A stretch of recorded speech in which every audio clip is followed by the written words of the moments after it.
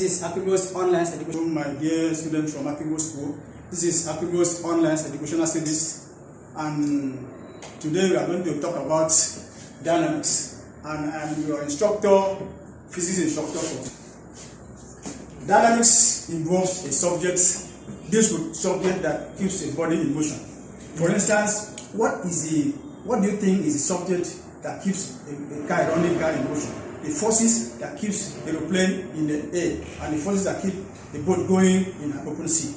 Those are the areas we are going to consider for today. This topic is very, very important because the SS3 work comprises this work, and the SS1, 2 will benefit, and also SS2 will benefit from this topic. So take it seriously. Now, before we continue, we are going to define some terms, definition of terms. We are going to talk about acceleration, speed, velocity, and time. But before that, we are going to talk about force. Newton is the author of force. And we define Newton as a force that gives the mass of 1 kilogram and acceleration of 1 meter per second squared. I want to repeat myself. That Newton is the force which gives the mass of 1 kilogram and acceleration of 1 meter per second squared. So, acceleration itself is defined as a positive increase in velocity per unit time. Hello? Acceleration is defined as the positive increase in velocity per unit time. What about speed? Speed is defined as distance over time, and velocity rate of change of distance with respect to time. The rate of change of distance with respect to time will give you velocity, and time is measured in seconds. We are going to look at the units before we proceed. What are the units of these terms we are talking about? Acceleration is measured in meters per second squared. Speed is measured in meters per second. Velocity as well is measured in meters per second, and time is measured in seconds. Now, that leads us to Newton's laws of motion. And Newton's laws of motion states that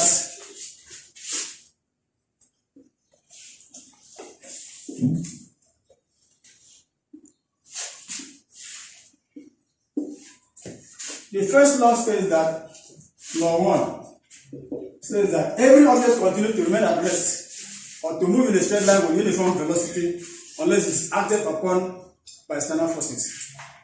The first law of Newton says that an object continues to remain at rest or to move in a straight line with uniform velocity unless it is compelled to stop by external forces.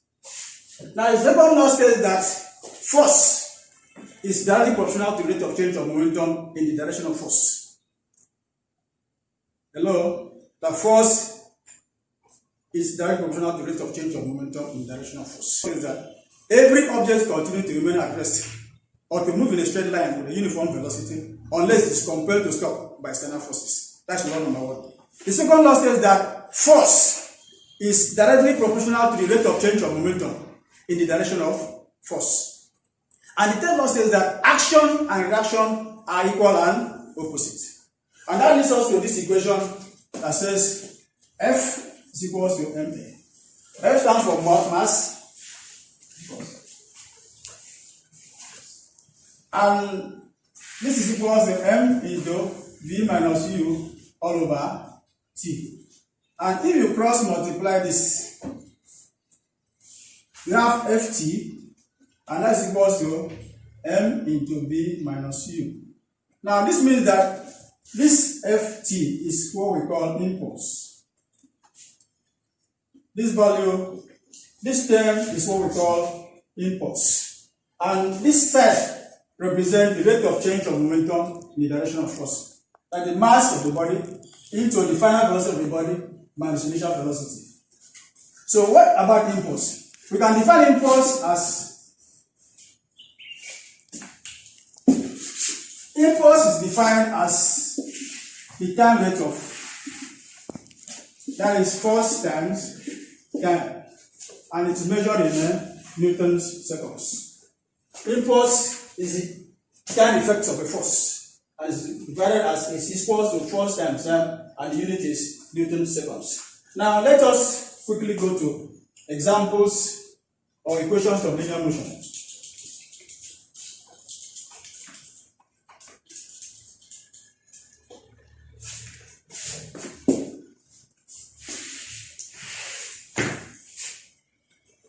And equations of linear motions we use it to solve equations or problems that has to do with motion in a linear form. Number one says that u is equals to, and this equation of linear motions says, number one says v is equals to u plus 80, and that's equation 1. The next one says that v squared is equals to u squared, v squared is equals to u squared plus 2x. This is equation 2, and now this one has to do with the distance. S equals to ut plus half at squared, and this is equation 3. Now, this one is the final velocity, this one is initial velocity, this one is acceleration, and this one is time. Velocity is measured in meters per second, as I said earlier, and initial velocity in meters per second as well. Acceleration in meters per second squared. T is in seconds. Now, this one talks about the total distance. We want to calculate the total distance traveled by the body. We use this equation. And now let's take some practical examples. And this leads us to velocity times graph. And in velocity time graph, you use it to calculate the total distance traveled by the body. Example.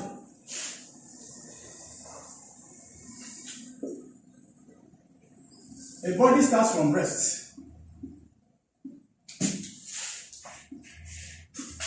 and accelerates starting from rest and until it attains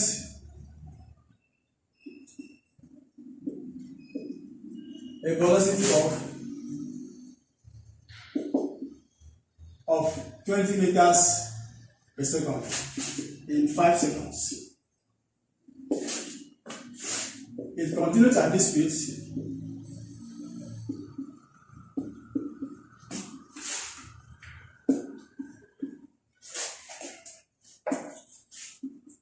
for the next 10 seconds. And finally,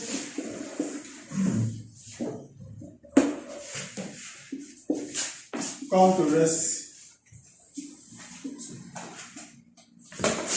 in 5 seconds. You have to calculate the total distance traveled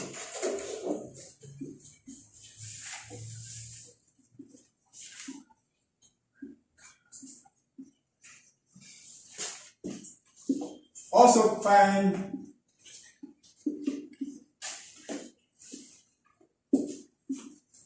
the acceleration and retardation respectively.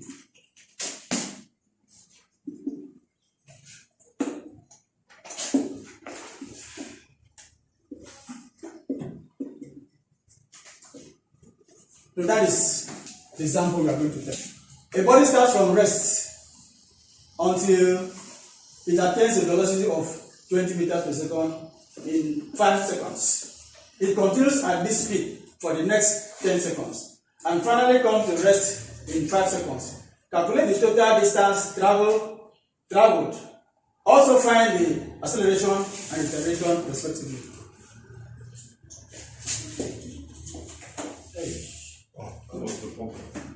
Now we'll need to see that.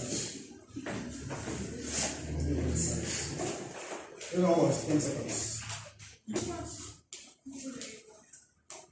Now, horizontal distance and vertical distance is required in this case. The y-axis represents the velocity in meters per second.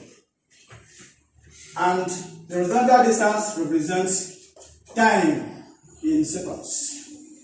Now the body starts from rest. Rest means zero position. And it moves. This distance is called uniform acceleration.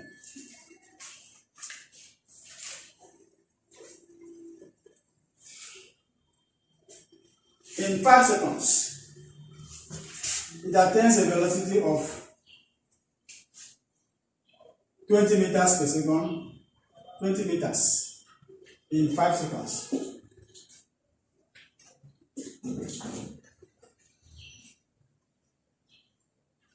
He does that only in 5 seconds. This place is 5 seconds. Now you continue at that speed for the next 10 seconds. We add 10 seconds to 5 seconds, we have 15. That means that body drops at 15 for it to attain for the next 10 seconds. And this side is called uniform velocity. And then finally come to rest under 5 seconds. You add 5 seconds to 15, what do you have? 20 seconds. Now, don't forget, we are going to find the total distance the body travels. And total distance is given by area under the graph.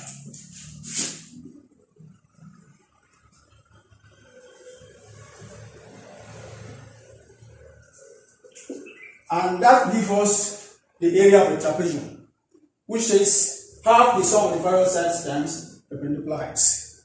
And that is equals to half. The parallel side here is this side and this side. From 15, this distance between 15 and 5 gives us 10 seconds. 15 minus 5 is 10. So half of 10 plus from 0 position to this position, you can label it as O, A, B, C, D, and E. Half sum of the parallel sides. The parallel side is A, B, and this side are the parallel sides. So half 15 minus 5 gives us 10 plus 20. From here to here gives us 20. This is 20.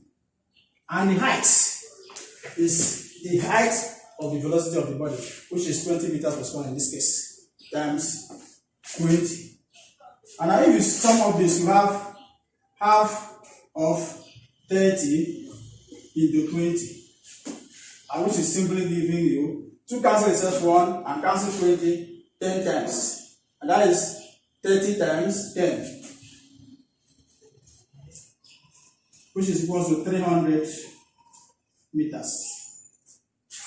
Now, you can see that the body has traveled a total distance of 300 meters starting from rest. But there is an alternative method to this solution. You can as well solve it by getting the area of the triangle plus the area of the square plus the area of the triangle, which still gives you the total distance traveled.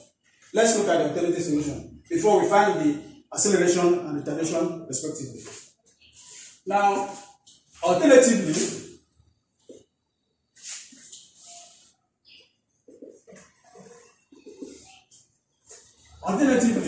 you can find the area of the triangle OAE. Area of triangle OAE is OAE plus the area of square ABDE. Area of ABDE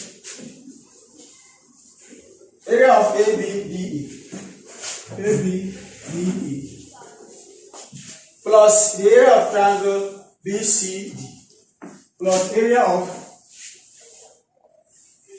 triangle BCD.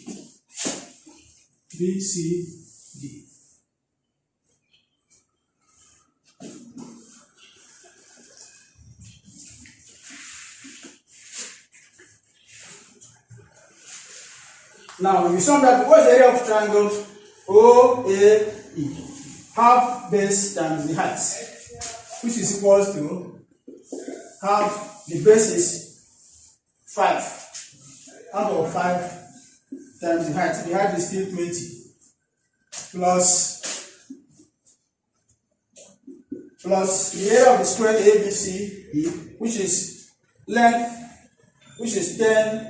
15 minus 5 is 10 times the height is 20. 10 times 20. The height is 20 from the graph, the velocity side. Plus the area of triangle BCD, which is 20 minus 15 is 5, which is half the base times height. The height is still 20. Half base 5 times the height is still 20. Now, if you calculate that very well, 2 goes into 20 is how many times? It's 10 times. So 10 into 5 into 10 plus 10 times 2 will give you 200, and plus 2 goes into 20, you have 10 again. 5 into 10. 2 cancel the first one and cancel 20 10 times. Now finally you simplify that, you have 50 plus 200 plus 50, and that will give you a total of 300 meters, which is the answer we got earlier. So you are at liberty to take any of the method in solving this solution. You either solve it by using the area of the trapezium, or you solve it by using the areas of individual shapes, the triangle plus the square plus the triangle. The same answer will still arrive at the same answer. Now, like I said earlier, force is measured in Newton, and we define Newton as force, which gives the mass of 1 kilogram and acceleration of 1 meter per second squared. So don't forget that Newton, the unit, is very, very important as far as this subject is concerned. And if I want to recap, I'll be able to tell you that acceleration is measured in meters per second squared. Velocity is measured in meters per second. Force is measured in Newton. So don't forget your units. Now I want to find the acceleration of the body and retardation respectively. For you to find the acceleration of the body, you will be able to get the initial velocity and the final velocity. The initial velocity here is, the acceleration is increase in velocity per unit time. So the increase in velocity from 0 to 20, acceleration from the graph. Acceleration is equal to a change in the final velocity minus initial velocity all over time taken to look the change. So this one will give you final velocity is 20 minus 0, because the body auto started from rest. 20 minus 0 all over time. The time was 5 seconds. So 20 minus 0 is 20. We have 20 divided by 5. That gives you 4 meters per second squared. Don't forget the unit is very, very important, because your mark will be subtracted if you don't attach the unit to it.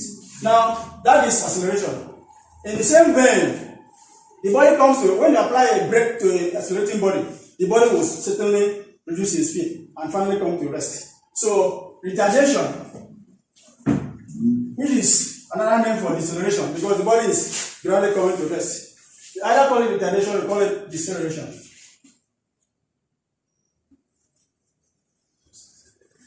Which is equal to the velocity at which the body is moving constantly before you apply the brake, which is 20 meters per second as well, and finally come to rest at this point. Don't forget, this point is not the velocity, but at this point the body is coming to rest, which is 0. 20 minus 0 all over. The time to make the change is again 20 minus 15, which is 5 seconds. And again 20 over 5, which gives you 4 meters per second squared. Now this shows that it's a negative acceleration and it's coming down to rest. That is it. Yes. Okay, now. And in conclusion, like I told earlier that we had earlier look at the equations of linear motions, define the terms very well, and don't forget your unit, and apply them accordingly. And if you apply them accordingly, there's no how you now come out with flying colors. And the assignment will come in this program. You have assignment in this link page. Thank you very much for your attention.